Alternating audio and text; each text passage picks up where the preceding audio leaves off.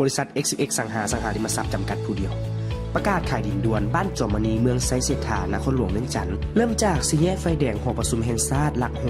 6แล้วเลียนซื้อมาทางถนนไก่สวนพรหมวิหาร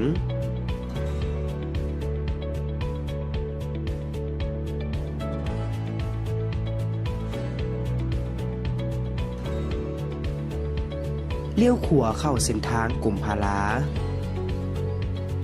แล่นซื้อไปประมาณ500 เมตร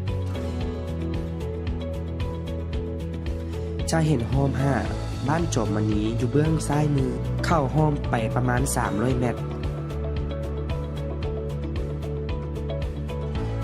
จะเห็นดินต้องการขายเนื้อที่ดินแมน 8,357 ตารางเมตรรูปลักษณะของดินเป็นดินใจกลางเมืองมีเนื้อที่กว้างขวางถมแล้วสามารถปลูกสร้างได้เลยมีไฟฟ้าน้ำประปาสะดวกสบายมีเส้นทางเข้าออกได้2เส้นทางสู่ทางใหญ่ราคาขายแมง500 เหรียญต่อตารางเมตรราคาสามารถต่อรองกันได้สนใจติดต่อสอบถามได้ที่เบอร์020 95492999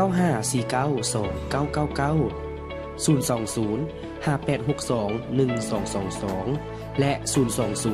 5820 3333 สามารถติดตามพวกเราได้ที่เว็บไซต์ www.xvxlaopkitr.com YouTube xvxlaopkitr